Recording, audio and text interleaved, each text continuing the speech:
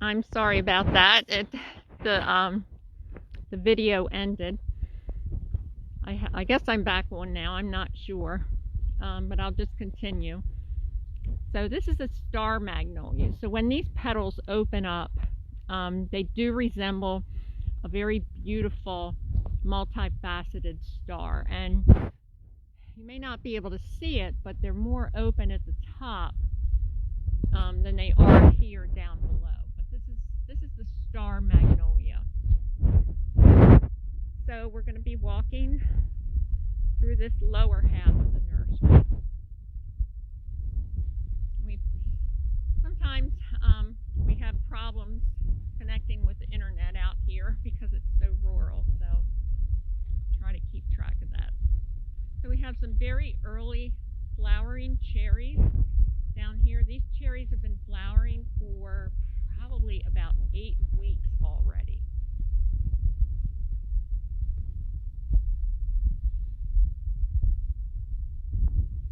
Cherries are fast growing. These particular cherries have been grafted, so as a result of that graft, they tend to sucker at the bottom of the trunk. And it's always a good idea to try to cut those suckers off. Sometimes they can slow down the growth of the tree.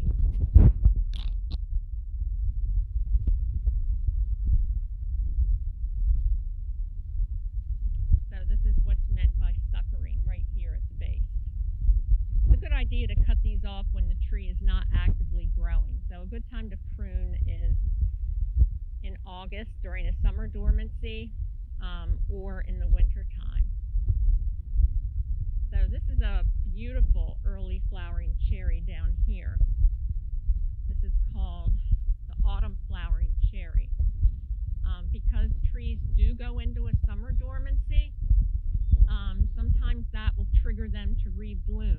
So this type of cherry does bloom prolifically in the fall as well, and it's quite beautiful. So not only does it bloom in the fall, but it blooms in the spring too. So this is Prunus autumnalis. This is a non-native cherry.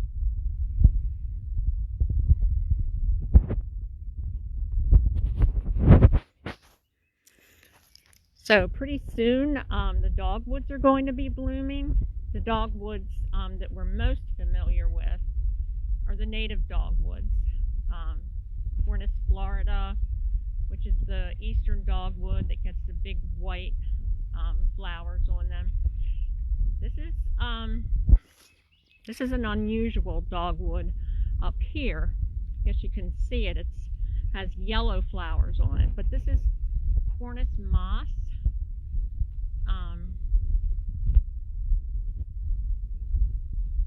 So this is a cornelian cherry dogwood that is not native.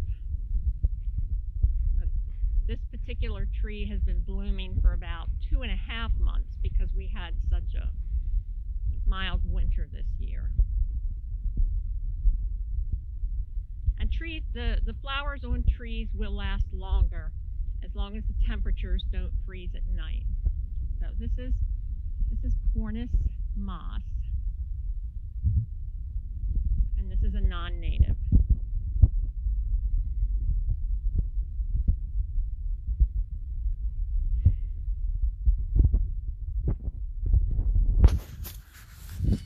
So another popular tree that people have in their yards and that you see in landscapes are weeping cherries. The Latin name for that is Prunus subvertella pendula. Pendula refers to the weeping nature of the branches. And this is probably one of the biggest trees I have here on the property. It's also one of my favorites. This is a pretty big weeping cherry right here. The only other larger cherries I've seen than this one are at Winterthur, the museum in eastern Pennsylvania. So the caliber inch measurement of the trunk of this tree is a whopping 32 inches. That is huge.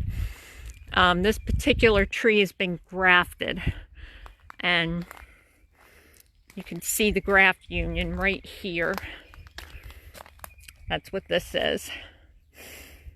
It's a very healthy tree, very beautiful tree, very magical tree.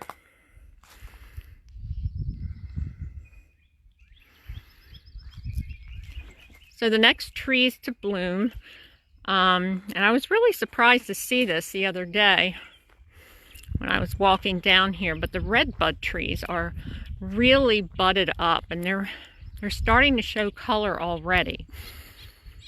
So pretty soon we'll be seeing redbud flowers popping open on the redbuds. And people don't often think of trees as pollinator plants or host plants, but many species of butterflies and nocturnal moths depend on trees for pollen, and trees serve as host plants for those insects as well. So this is Cercis canadensis. This is a redbud tree right here. There's huge variation in color of flowers for redbud trees. So this is our new serviceberry grove that we planted out about a year. These serviceberry, there's 67 serviceberry. And it start probably in another year and a half, 2 years. So we're going to walk down to my serviceberry grove now.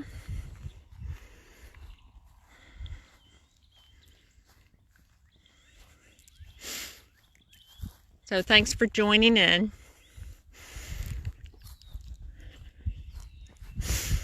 So the serviceberry grove was planted here about 24 years ago. The trees themselves were already about 4 years old, because it takes the seed a year to germinate. So they were about 2 to 3 foot high when they were planted out. And this particular area of the nursery is a little more protected than others. And the consistency of the soil is also much finer. It's not as rocky as it is up top. So the serviceberry trees did very well after we planted them down here. In fact, so well, they've grown to be about 25 feet, and it's really hard to harvest the fruit off of them.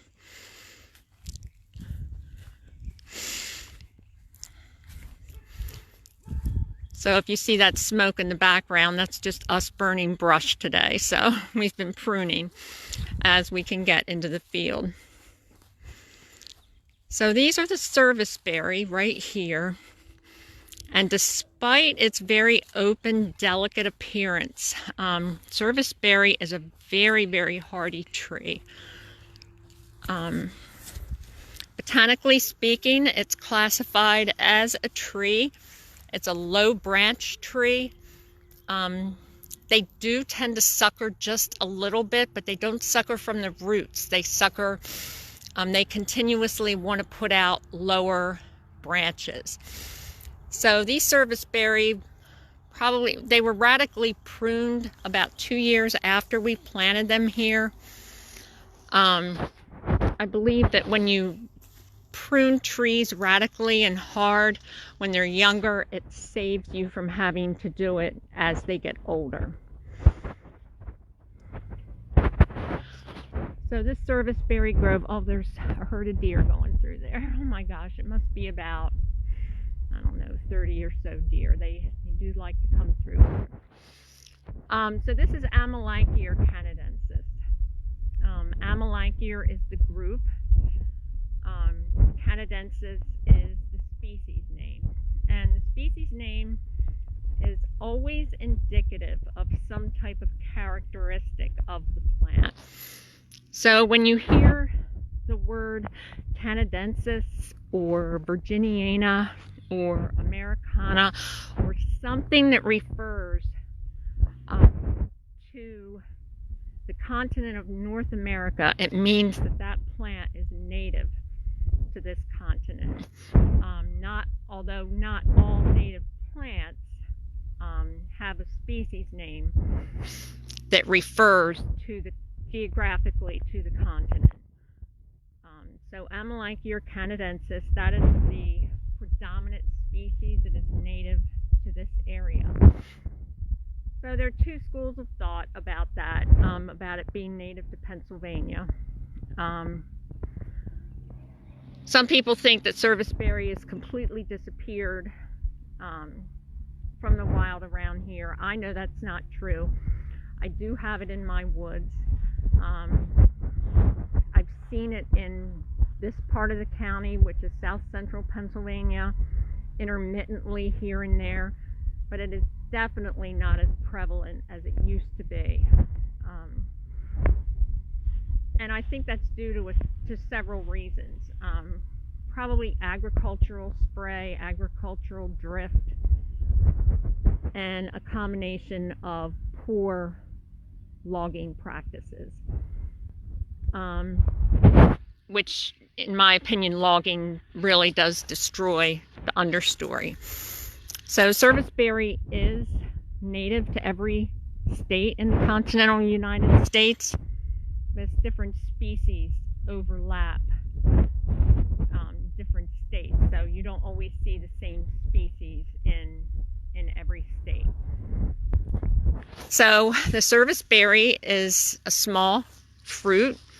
It tastes between a blueberry and a grape. The trees grow relatively quickly. I say these trees were started out at about 2 to 3 foot, and they're over 25 feet, probably closer to 30 feet tall now. They do better planted in clusters.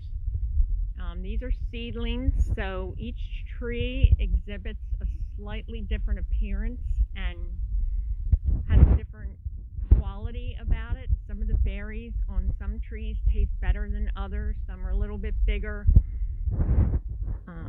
Some have a slightly different appearance.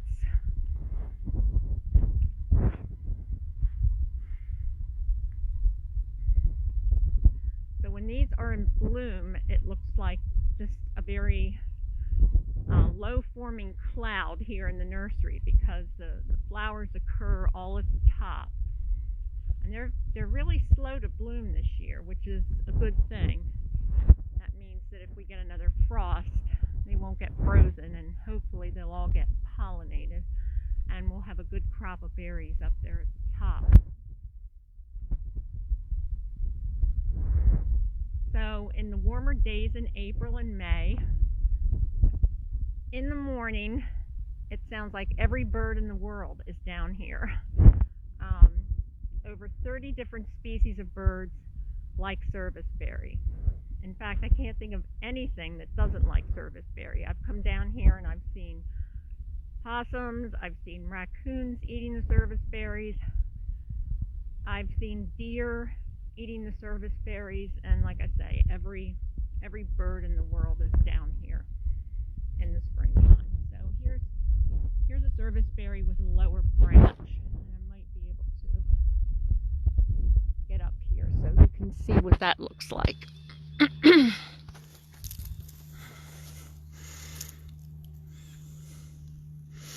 So the bud is what we call downy. It has little fine hairs on it. It's either called downy or it has pubescence. And those are the flower buds. So the flowers emerge on serviceberry before the leaves do. The leaves don't persist on serviceberry for very long, because in June, after the fruit is ripe, the plant starts to go dormant. So all the leaves start to fall off serviceberry, but that's okay. Serviceberry likes to take a break in the summertime. Serviceberry likes to refresh and rejuvenate during the summer months. So you'll notice a little bit of active growth at the tip of the bud, and it almost appears that the bud is already preparing itself for next year.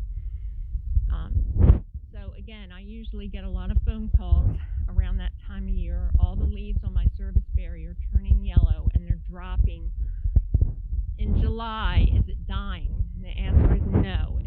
going dormant. So we're going to walk back here.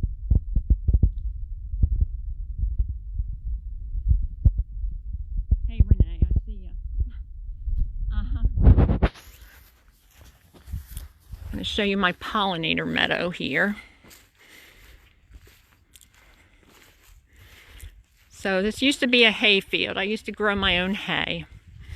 Not anymore. 3 years ago, I decided to just buy my hay in and turn this big area back here into a pollinator meadow. And we only mow the meadow once a year. In reality, we don't have to do that. We could just let it go. But then we may get a lot of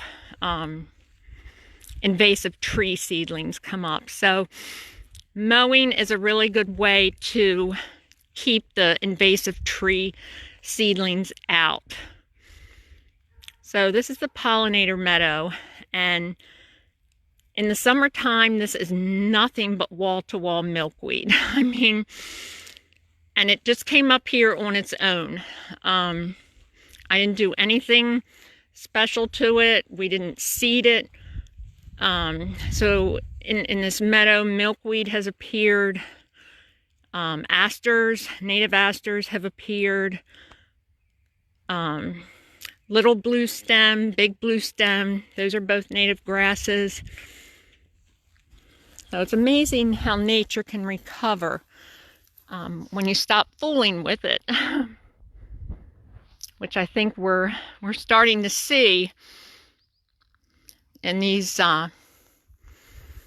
particular times as well. It's actually kind of a relief to not see so many contrails in the sky. The birds are definitely more vocal. They seem happier. The environment just seems happier, in my opinion. So I'm going to talk a little bit about viburnums, and not really sure how long I'm supposed to be doing this, but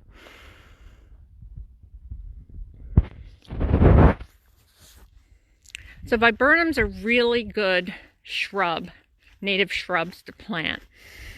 Here in southern York County, we have 3 predominant species. We have Viburnum dentatum, which is arrowwood viburnum, Viburnum prunifolium, which is a blackhaw viburnum, and we also have Viburnum acerifolium, which is a maple leaf viburnum. So viburnums are a major food source for many species of birds. So Viburnum prunifolium is the species that blooms first. This is Viburnum prunifolium right here. So viburnums have opposite leaves. It's a good way to remember them. Oh, here's a flower bud. And that'll be open pretty soon as it gets warmer. So most plants are what we call photoresponsive. They respond to the longer day length. People think it's temperature, but most plants, in my observation, respond to longer daylight hours. And then when the temperature starts to rise, that really makes them pop. Here's a little bit of fringed leaf toothwort, or cutleaf toothwort. It's a predominant wildflower in this area. The holly seedling over there. Alright,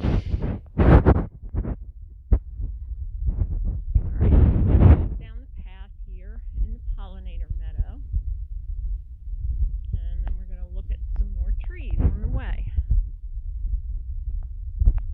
So another species of holly that I grow a lot of and that I have a lot of requests for is the winterberry holly. So winterberry holly, or Ilex verticillata,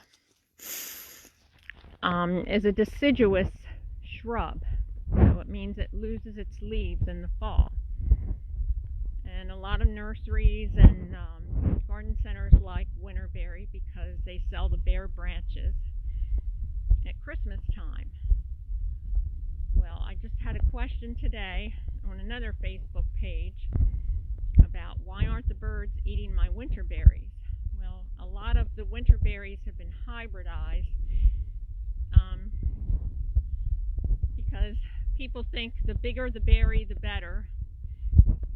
But unfortunately, the birds do not think that way with winterberry. So a lot of the newer hybrids of winterberry, growers have bred them so that the berries are huge, and they're actually too big for the birds to eat. So they leave them alone, and subsequently in the warmer months after the berries ripen, they just wither on the plants and they drop off. And usually the mice or chipmunks get them. Or they just sit there and the flesh, the pulp, withers away and the seeds germinate. So when looking for winterberry, when you're deciding about what to plant in your garden, bigger berries aren't necessarily the best thing.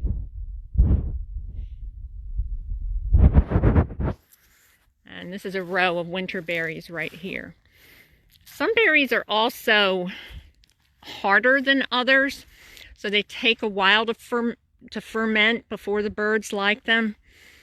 Last year, I noticed that birds ate the different berries in stages. So while some of the winter berries were cleaned off by the end of November, other selections the birds like to wait on until February before they eat the berries. So this is another predominant tree in this area, southern York County. I have a lot of it in my woods. I love the corky bark on hackberry tree. So this is Celtis occidentalis. Gets very beautiful dark red matte, kind of like matted berries on it in the summertime. And it's a host tree for several butterfly species. It's also a very long-lived tree, and I don't really know much that gets this tree in the way of disease or insects. So it's very, very nice, very desirable tree to plant, native tree.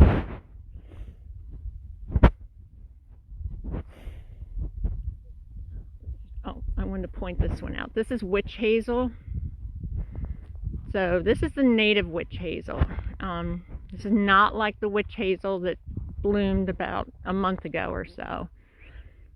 Oh, this is really strange too. Okay, so this is Hamamelis virginiana.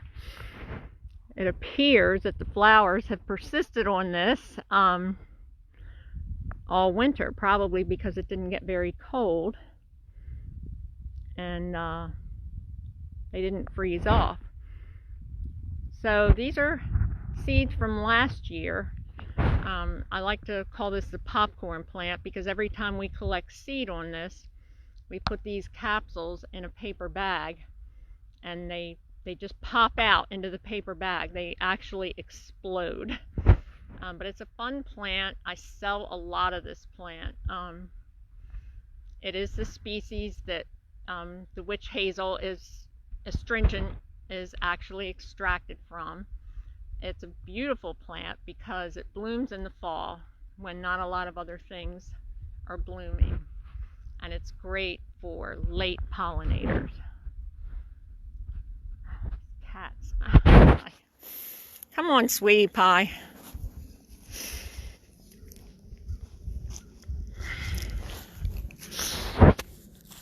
Okay, so we're just walking up through the field now before I sign off here. So this lovely tree here is Quercus palustris, or pin oak. It got its common name for two reasons. because of the branching habit, and the small branchlets are straight and erect like pins, but also because of the durability of the wood. And wooden pins or braces or joints were fashioned out of this wood years ago because of its strength.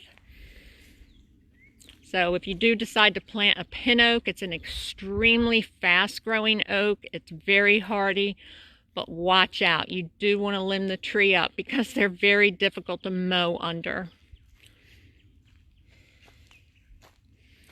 So another tree that's in bloom right now is the American red maple.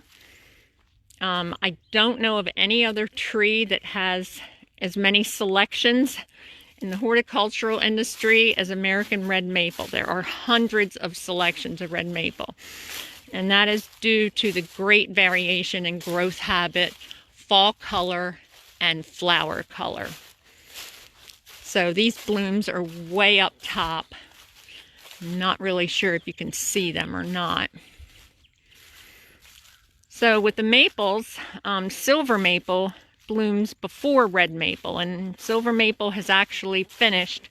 It started blooming 2 months ago. I was up in Harrisburg for a meeting, and down by the river when I was coming home, I noticed the silver maples were in full bloom, and like I say, that was 2 months ago. And then they're followed by red maple, Acer rubrum, which is blooming now. And shortly, sugar maple, Acer saccharum, will be blooming. And their flowers are not red, they're kind of goldish, kind of a goldish orangey red. So this is American red maple.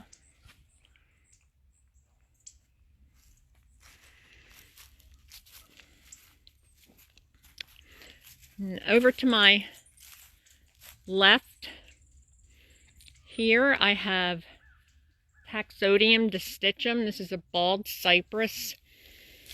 They love to be planted in water, but they do not need water.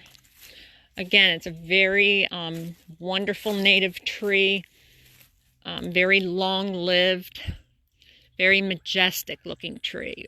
Some people think it's an evergreen, but it is deciduous, and it loses its needles in the fall. And usually the needles are brightly colored.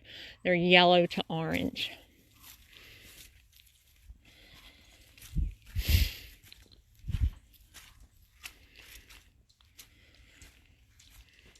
So I haven't noticed any peepers here this in the evenings. I know I've seen posts of other people that have heard peepers, but I think it's still a little bit cold here for them to come out.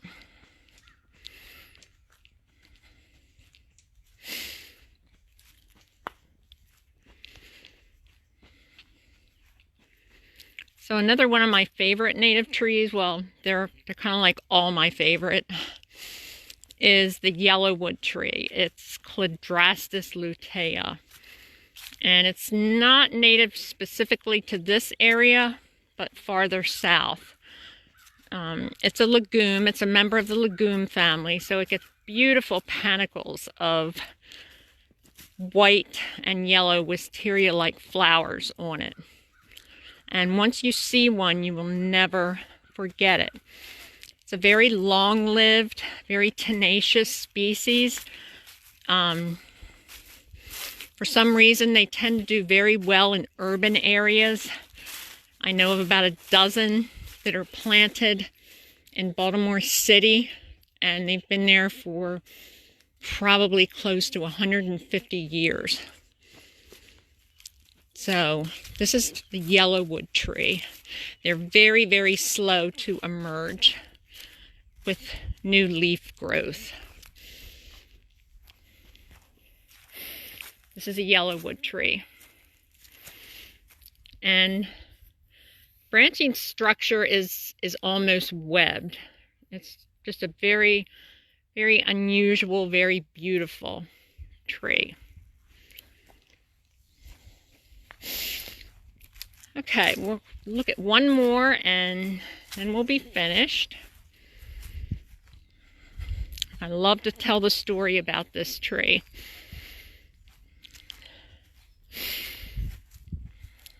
So this is Cunninhamia lanceolata right here, or China fir. It is definitely not invasive. It's very unusual tree, and I just love it. I did this tree from a cutting about 30 years ago.